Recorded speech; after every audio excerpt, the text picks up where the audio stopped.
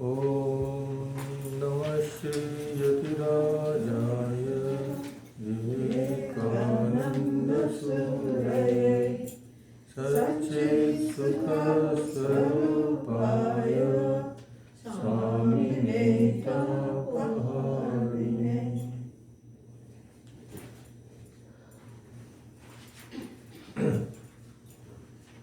So as we all know, we are celebrating Swami Vivekananda's birthday today. In Belur Math, it is according to the Tithi lunar calendar. So it was yesterday, and of course we celebrate on the nearest weekend. So of course, as usual, we'll have some narrations from Swamiji's life and some songs, etc.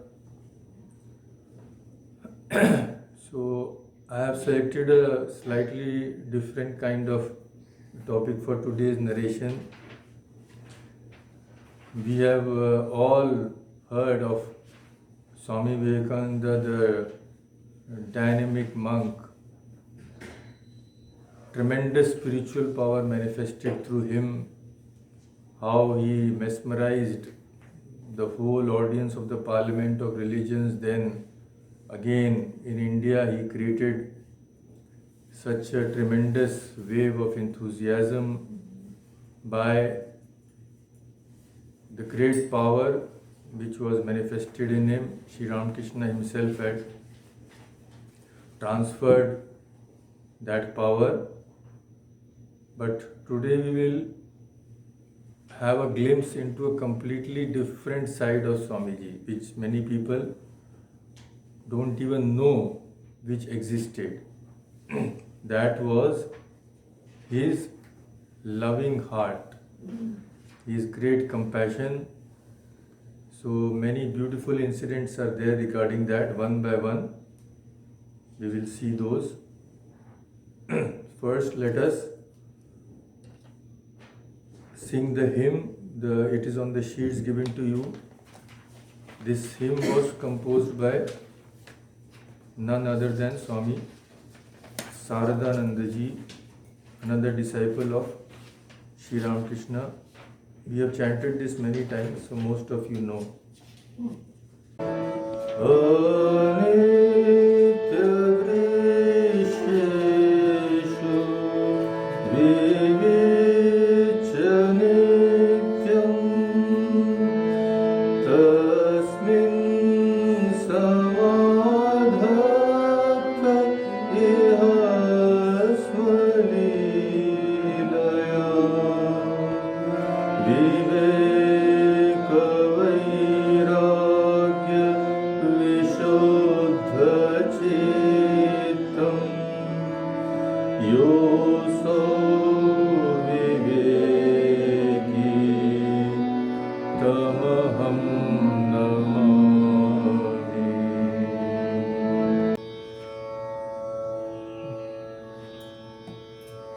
So, Swamiji's compassionate heart, he had got to a great extent from his father.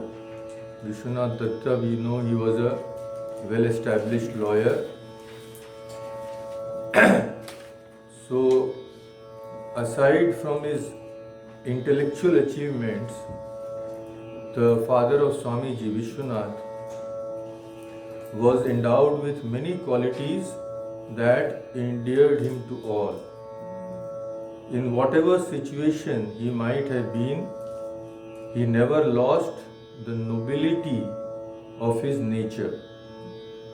He was independent in spirit, generous in disposition, devoted to his friends, a protector of the needy. His keen understanding of his fellow men resulted in deep compassion and extensive charity. At the sight of anyone in distress, he would himself feel afflicted and would help him unstintingly. Many students who were distant relatives used to stay at his house and receive a good education, all at his expense. So not only would he defray the cost, but he would also let them stay in his house. All of them becoming successful in life. Nor would any neighbor who sought his help ever go away disappointed. Little wonder then that the people of the locality used to call him Data Vishwanath. Data means who is always willing to give. One of his sons, means one of Vivekananda's brother, later wrote of him, extending charity to the poor and the distressed was like as if he was possessed by that feeling. Vishwanath used to say, there is no need to worry about my sons. They will themselves make their own living. But these poor people have not the strength. That is why it is necessary to help them. Indeed, Vishwanath spent his ample means without thought of the morrow, giving to all he asked. That is why actually after Vishwanath passed away suddenly, there was nothing, absolutely nothing in the house. So Swamiji had a very difficult time. Swamiji and his brothers, they had a very difficult time even getting their meals, let alone other things. And here it was that he showed a lack of discretion, for he maintained some of his relatives in idleness, even in drunkenness.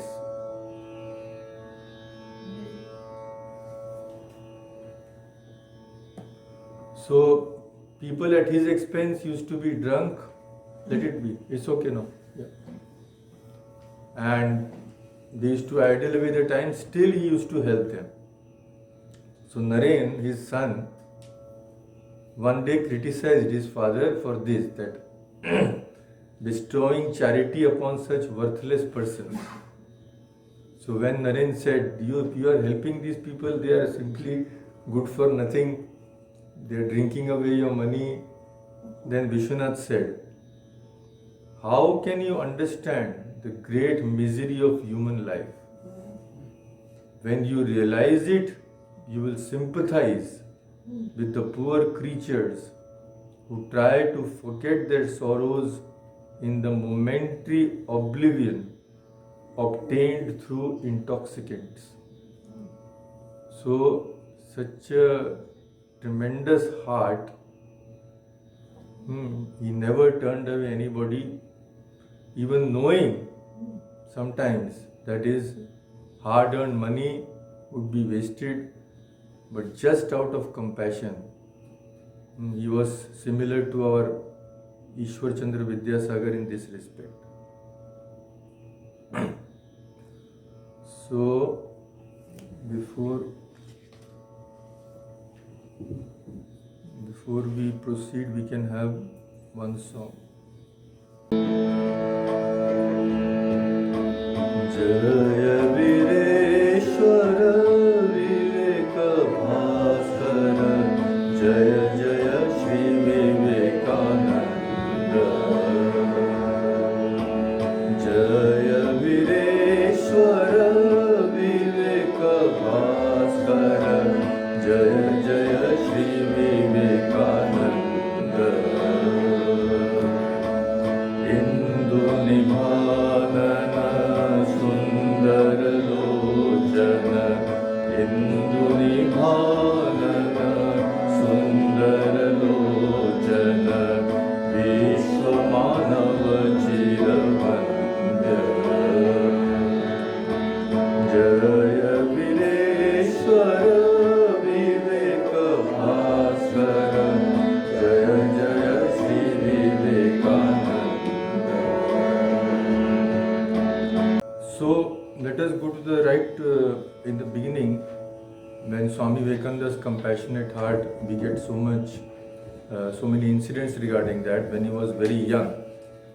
So, school days. We'll start from Swamiji's school days. One reminiscences of a student who was a friend of Swamiji. He says, to those whom Naren loved among his fellows, he was kindness itself. Should anyone become hurt or ill in a party he had taken for a boyish excursion, he would give up the prospect of fun to attend on him. For instance, one day he went with 20 or more boys to see the Calcutta fort. One of the party complained of pain, while others joined in a laugh at the sick boy's expense and went ahead.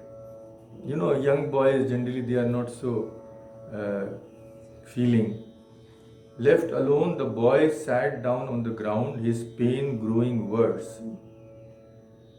Naren had gone with the party, but suddenly he turned and said, "It may be that the boy is seriously ill. All of you run on. One of us must go back to him, so I will go."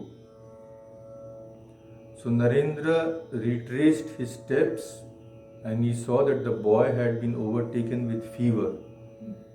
Naren assisted him, half carrying him to a carriage nearby and took him home. In his college days also, a characteristic of Narendranath was his solicitude for others. This is a very interesting incident. So, it was customary in those days for the General Assembly's institution to help those students who, for lack of funds, could not pay the required fees.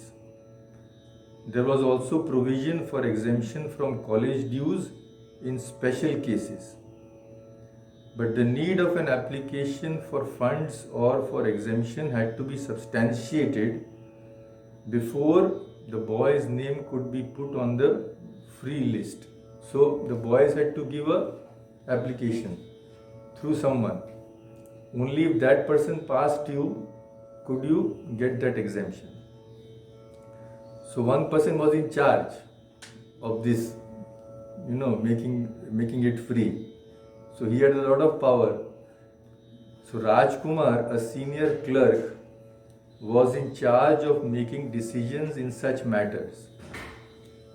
So what happened was, Haridas Chattopadhyay, a classmate of Narendranath, was in great financial difficulty before the examination.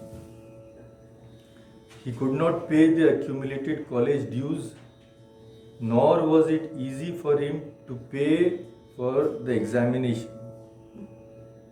So what to do? Everybody knew that Naren was the person to go if anyone needed any help. So he went to Narendranath, our Haridas Chattopadhyay. Narendra assured him that he would see what could be done. So after 1 or 2 days, a crowd of students had assembled at the counter in Rajkumar's office to deposit dues and fees.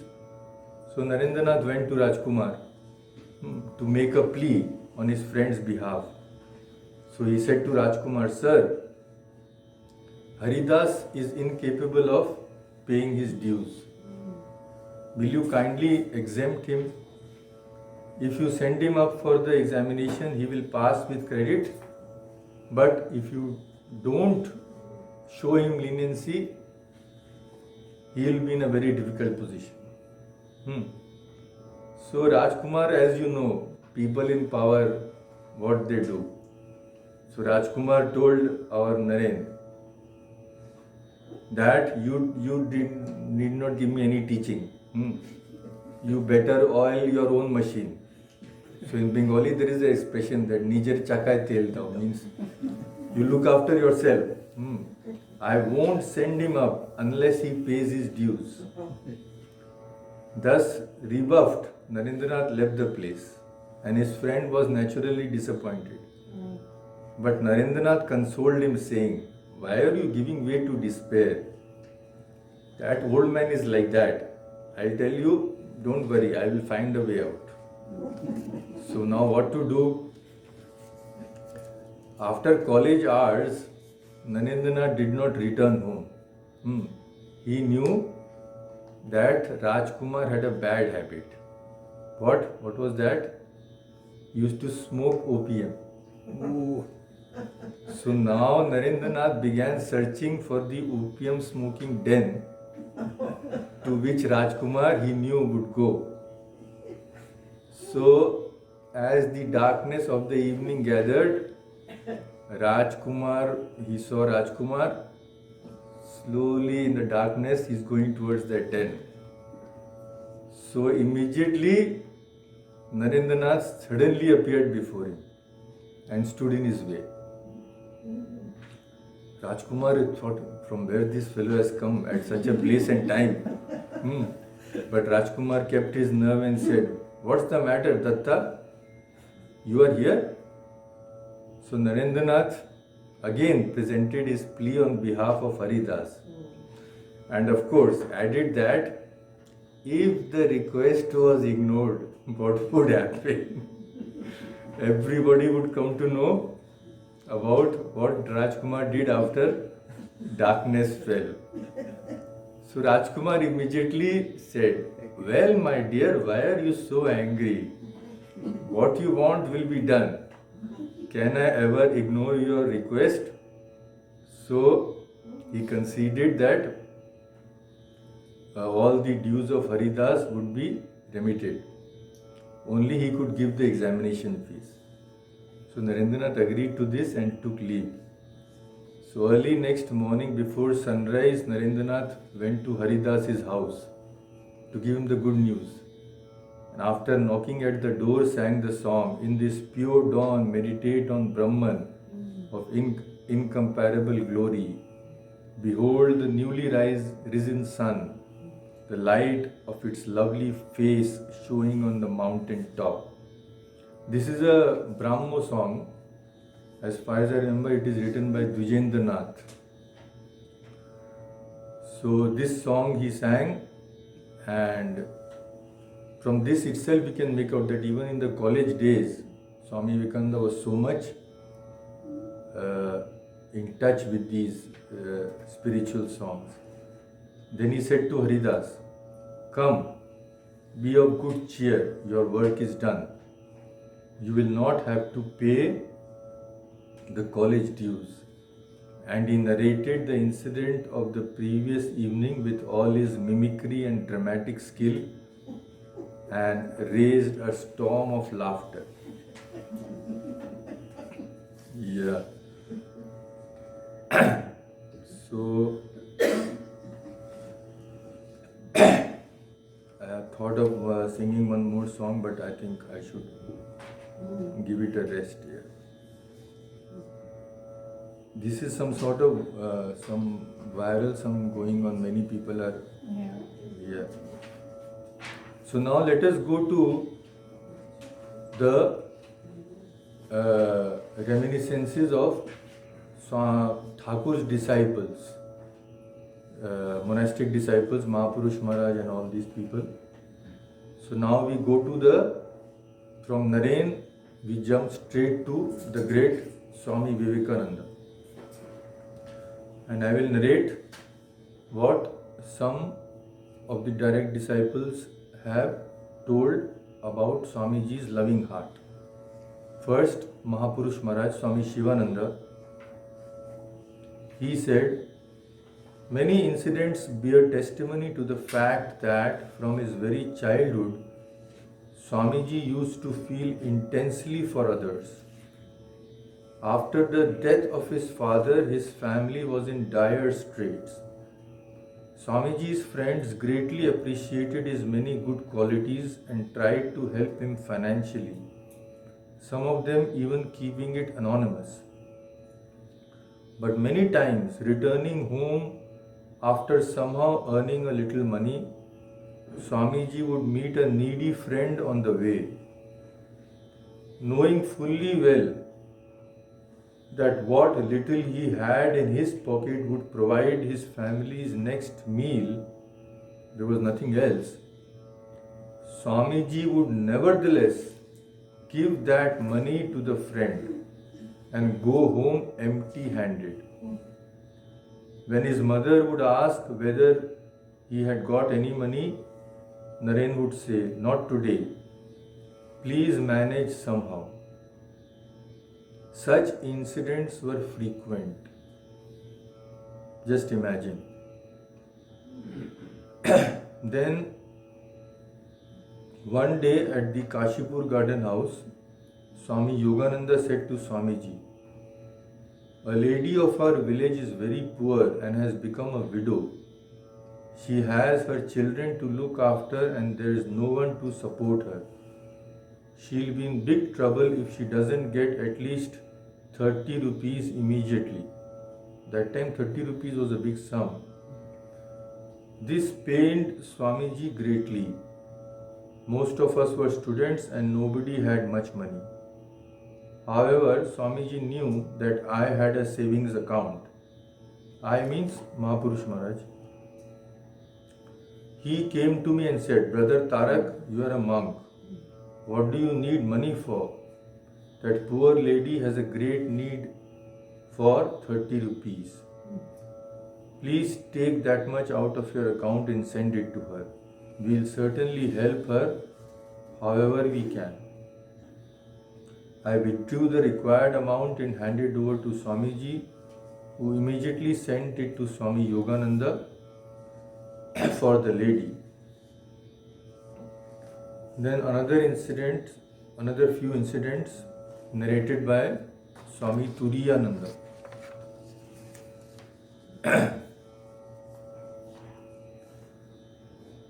Let me tell you an incident that happened when I was in America.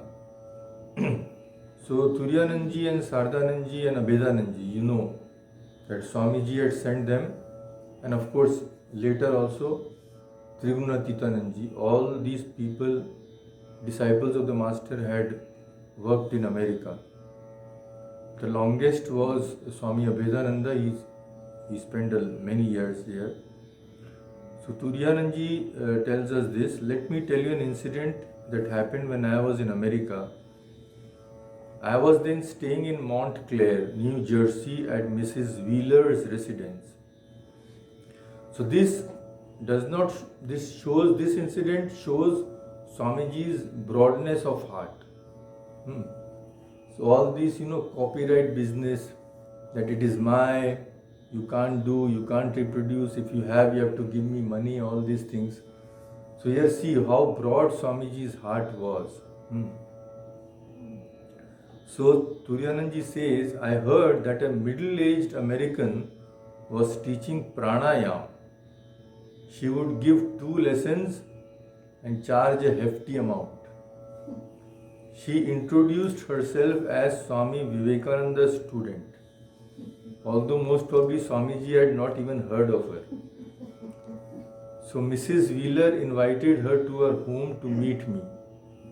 I talked to her on many subjects. She seemed to be a nice person. Later, when I met Swamiji in New York, I mentioned that woman to him. I said, 'Is this woman your student?' Swamiji said, 'No.' 'Is it proper that she is charging money and doing business in your name?' So Swamiji said, 'You have seen only one. There are many like her.' Then he said, any other person would have told, 'Oh, catch that fellow, sue her for $1 million, all that sort of thing.' So Swamiji says, it is not wrong for her to make a little money for her living. She might have attended my lectures of classes. I may recognize her face, but I don't know her name. It is all right that she is making her living in this way."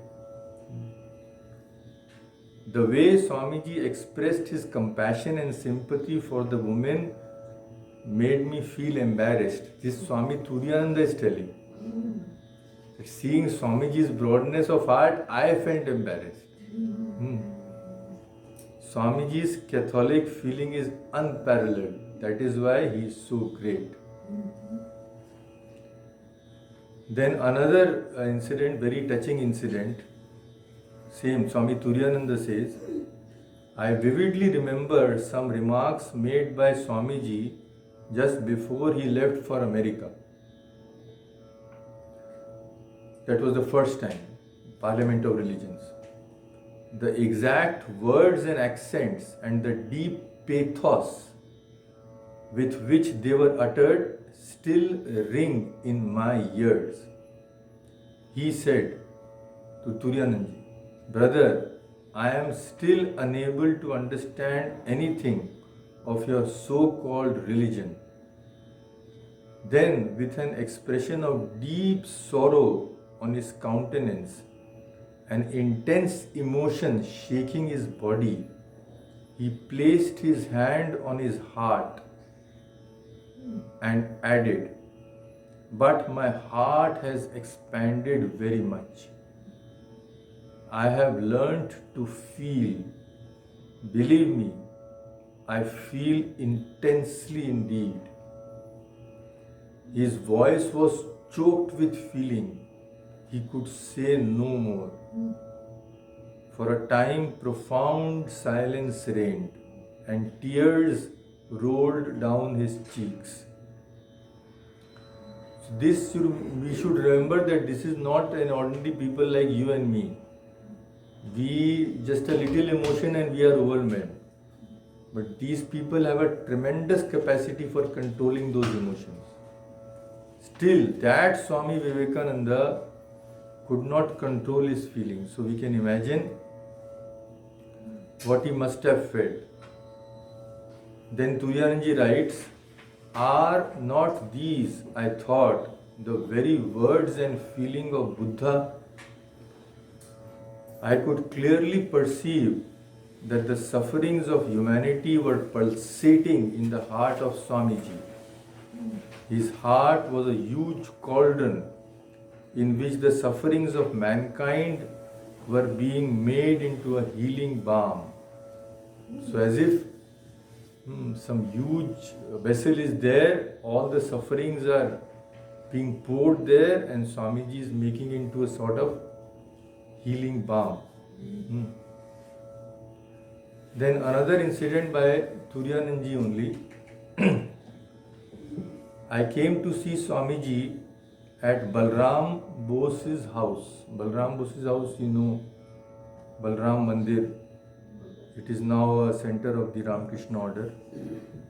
So here everybody had visited here, starting from Sri Ramakrishna. So Turiyananji had come to see Swamiji at Balram Bose's house and found him walking alone on the veranda, lost in such deep thought that he did not even perceive his arrival. He did not even know that Swami Turiyananda had come. So Turiyananji also kept quiet. He did not want to disturb that mood of Swamiji. After some time, Swamiji, with tears rolling down his cheeks, began to hum a well-known song of Mirabai. There is a song of Mirabai, something like it goes something like that. Mera dard na ghayal ki gati ghayal jane, something like that. So nobody knows my pain. So Swamiji was singing that song. Then with his face in his hands and leaning on the railings, he sang in anguished tones, Oh, nobody understands my sorrow. The sad strains and Swamiji's dejection seemed to affect even the objects around him. The whole atmosphere vibrated with the sad melody. No one but the sufferer knows the pangs of sorrows. His voice pierced my heart like an arrow, moving me to tears. Not knowing the cause of Swamiji's sorrow, I was very uneasy, but it soon flashed upon me that it was a tremendous universal sympathy for the suffering and the oppressed that was the cause of his mood. After this, we will go to some reminiscences by the disciples of Swami Vivekananda. So these were the disciples of Sri Ramakrishna Mahapurush Maharaj Turiyanandji. Now we will see some disciples of Swami Vivekananda himself, like Swami Vimalananda, Sadananda, all these people. Swamiji disciples, Swami Vimalananda. Swami Vimalananda, for a long time he was in Mayavati, Himalayas. Swamiji had founded the ashrama. It is one of the oldest ashramas in the Ramakrishna order. Mayavati, New York Center, and of course Belur Math. So these were established while Swami Vivekananda was living. Swami Vivekananda himself had gone to Mayavati. He had stayed there for 15 days. At that time, Swami Vimalananda, Swami Sarupananda, Mr. Savior, Mrs. Savior, all these were there. Swami Sarupananda was the head of the ashrama. So Vimalanandji, he died in Mayavati itself. And he died of tuberculosis. At that time there was no cure. So he passed away at a very young age. So Vimalanandji writes, I have seen no man who could be as soft as Swamiji. The death of a brother disciple or a disciple would rob him of rest and consolation for days together. Sometime in the year 1898, it pleased the Lord to take away one of his brother disciples. That was Swami Yogananda. Yoganandaji passed away even before Swamiji. The pang of bereavement was so intense in Swamiji that for a week he remained exceedingly heavy-hearted and absent-minded, keeping as much away from others as possible.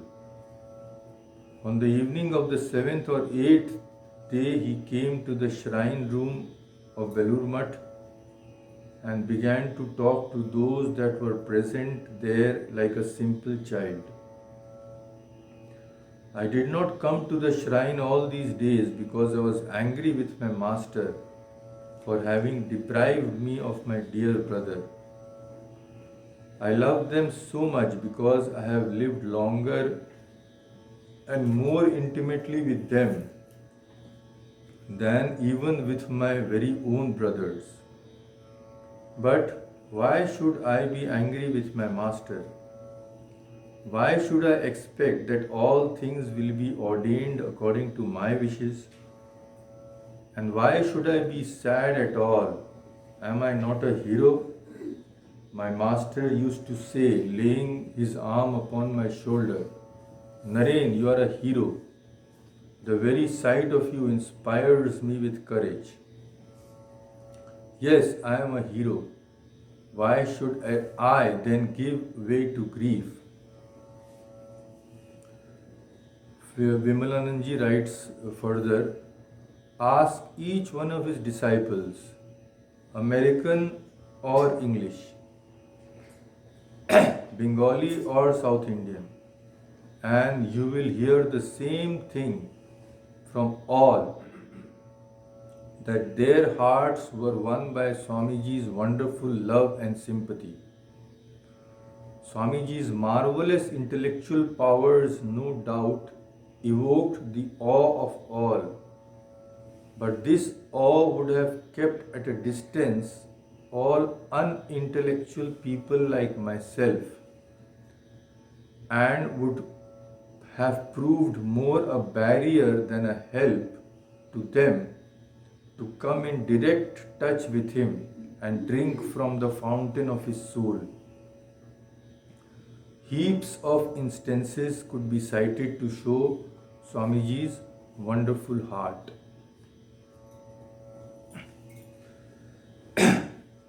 Then another disciple, Swami Sadananda. So Sadananda was supposed to be the first disciple of Swami Vivekananda. It is just like a story, what happened actually. Unbelievable. Sadanandji was the station master at Hathras. Hathras, so Swami Vivekananda was going there somewhere by train, just passing. The train must have halted there, and the station master is supposed to check all the tickets and all. So future Sadananda, he came and checking the tickets and all.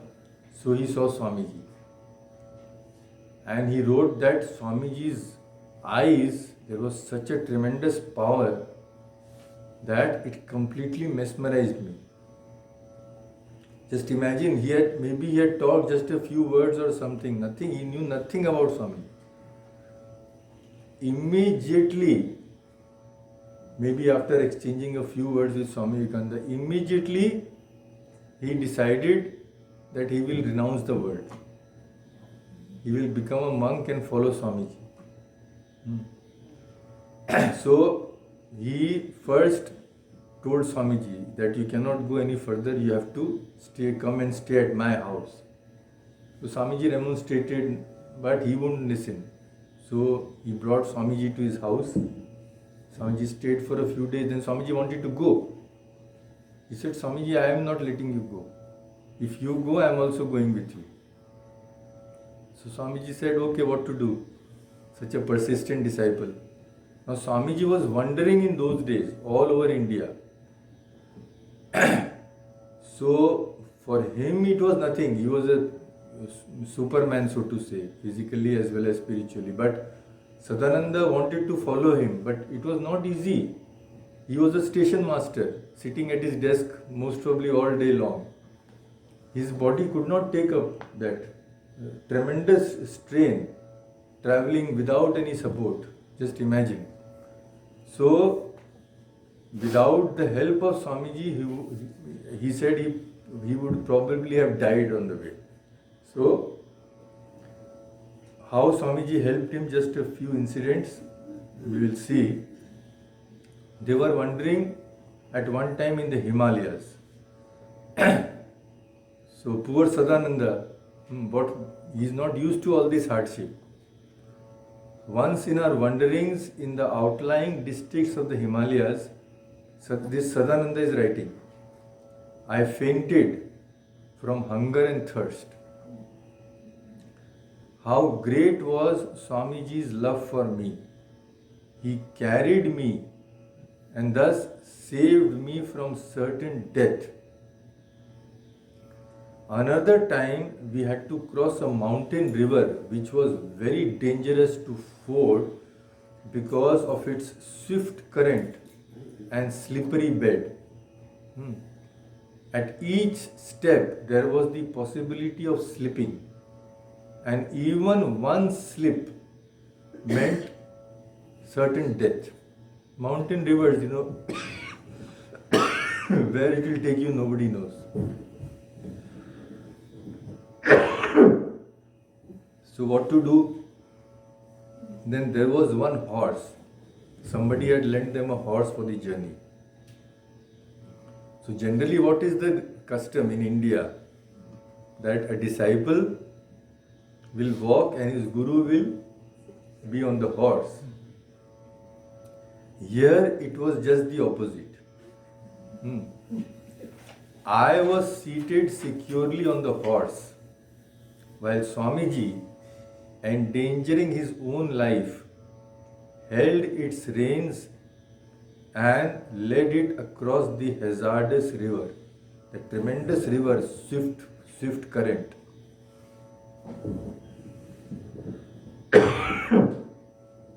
At times it seemed as though it would not be possible to lead the horse further. But Swamiji's courage was amazing. Caring nothing for his own life, he led the horse and me across to safety. What love and compassion he bore in his heart. Can his love ever be described in words? He was love incarnate. Another incident which Swami Sadananda narrates, giving us a glimpse of Swamiji's extraordinary personalities. So Sadananda's previous name was Sharat.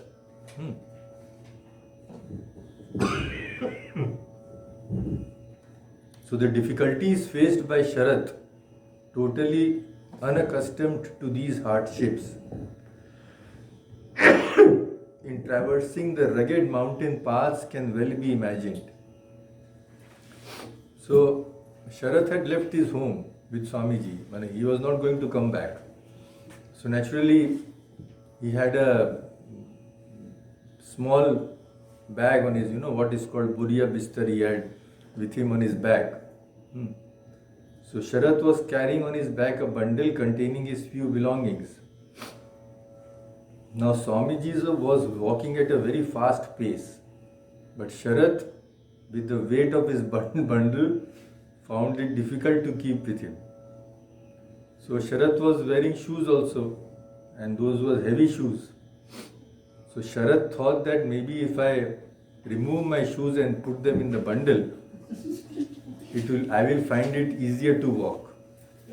So finding his shoes to be too heavy and thinking that he would be able to walk better without them, Sharat decided, I don't need water, just sit. He decided to stuff them in the bundle. But alas, Sharat got exhausted, and it was now almost impossible for him to keep his balance on the uneven and slippery mountain path and go any further. Then what did Sharat do? Poor fellow, he could not handle that bundle. What to do with that bundle now? So then finally what did he do? He put the bundle on his head. At last he tried to walk with the bundle on his head. So Swamiji understood what is going on. He cannot handle that. So what did Swamiji do? Swamiji took his bundle and placed it on his own head. Then they continued the journey. The Guru now holding the disciple with a firm grasp. Later, Sadananda would recall this with tearful eyes and would say proudly, "Was it for nothing that I accepted Swamiji as my Guru? Without the slightest hesitation, he even carried my shoes on his head. And see what a simpleton I was. I was so engrossed with what he was saying that it did not even occur to me that my own Guru was carrying my shoes on his head." Such was Swamiji's love. Many times Sadananda would say in an emotional voice, "It was indeed a unique situation. He had to carry my load. He even carried my shoes on his head. Had he not been so great, would I have accepted him as my Guru?" So, just a portion of these reminiscences. Some others are also there, but one other also had selected, but I think we can have a closing song and then we can have Aarti. Om Ganeshwaraya Narikarnavataranaaya Jnanapradaya Karunamaya Sagaraya Karpurkundagali Mujatadaraya Daridra Dukkhadanaya Namah Shivaya.